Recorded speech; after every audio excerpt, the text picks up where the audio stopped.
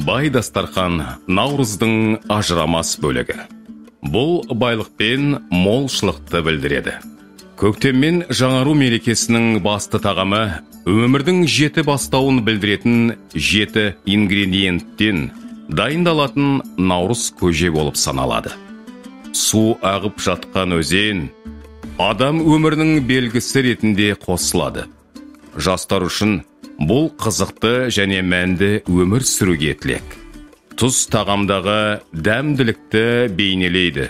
Оны қазақтың халық даналығы растайды. Тұз тағамға дәмділік, ақылды сөз ойдың жарықтығын береді. Тары қанықтылық пен байлықты білдіреді. Айранды бейбітшілік пен бірлікке өмір сүрудің белгісі ретінде қосады. Қоректік құрт күш пен денсаулық береді. 6-шы ингредиент күріш.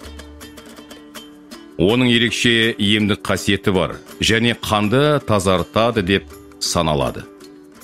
Содан кейін ет, бақыт пен сәттілік беретін қазақтың сүйікті ингредиенті. Қазақ халқында наным бар. Егер сіз 7 үйде наурыз көжеден дәм татсаңыз, жыл өте сәтті болады. Сондай-ақ мерекелік үстелдегі басты тағамдардың бірі бауырсақ. Бұл жай ғана пісілген тағамдар емес, күн мен бақыттың символы. Олардың пайда болу тарихы түркі халықтарының көшпелі өмір салтымен байланысты. Оларға мұндай жағдайда оңай және қарапайым түрде дайындалатын тағамдар қажет.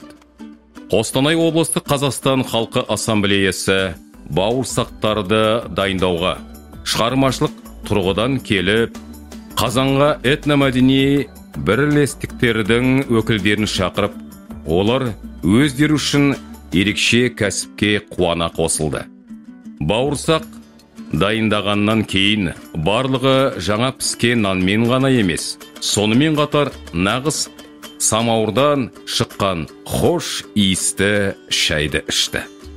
Осылайша көктемгі жаңару мерекесі жалпы қазақстандық рухани құндылықтарды, біздің кең және тату Қазақстан халқының бірлігі мен келісімін нығайтуға бағытталған.